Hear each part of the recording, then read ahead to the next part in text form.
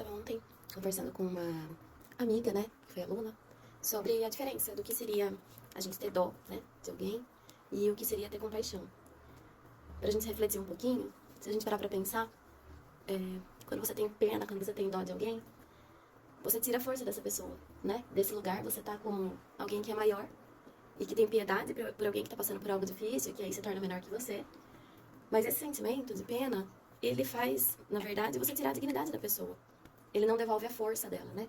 Se você olhar para essa pessoa com a potência dela, a força que tá passando, pelo que ela tá passando, as condições que ela tá passando e o que exige dela para que isso aconteça, isso devolve muito mais força. Você vai conseguir ver a força que essa pessoa tem de estar conseguindo passar por aquilo. E isso volta vocês de um lugar de igual para igual. Você consegue olhar e devolver a dignidade daquela pessoa.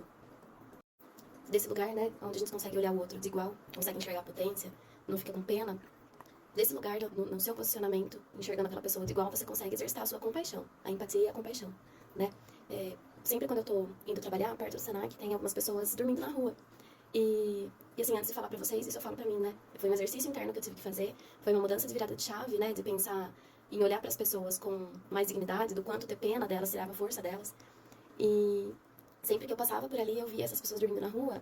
E o meu primeiro impulso era ficar com dó dessas pessoas, ter pena, querer fazer alguma coisa, né? Muitas vezes nem fui requisitada para isso, elas nem pediram ajuda.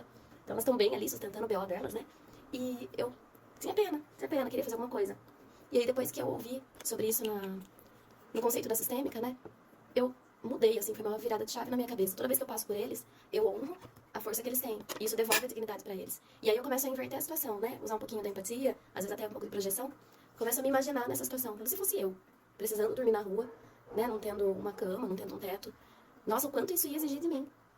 E exigir uma força violenta, que eu nem sei se eu tenho. Então, isso faz com que eu olhe pra elas e enxergue a potência delas. E desse lugar de dignidade, eu posso realmente exercitar aí minha compaixão. E se eu for requisitada, ajudar de um lugar muito mais justo, muito mais equânime, né? Muito mais igualitário.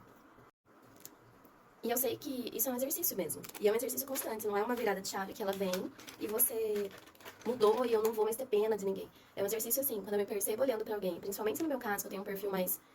É um perfil de professora, né? De ajudante, da pessoa que se colocou a serviço, assim, que gosta de estar fazendo as coisas pelas pessoas. Então, desse lugar eu preciso me exercitar o tempo todo pra entender qual é o meu papel, qual é o papel do outro.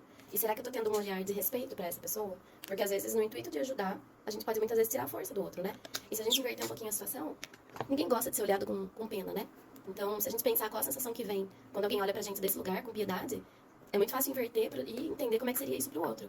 Mas, de fato, é um exercício. Assim, depois que eu comecei a olhar com esses olhos, eu olho pra alguém numa situação um pouco mais vulnerável, e aí, ao invés de eu olhar e ter dó daquela pessoa e tirar a dignidade dela, eu começo a olhar com respeito pra força e pra potência que existe ali.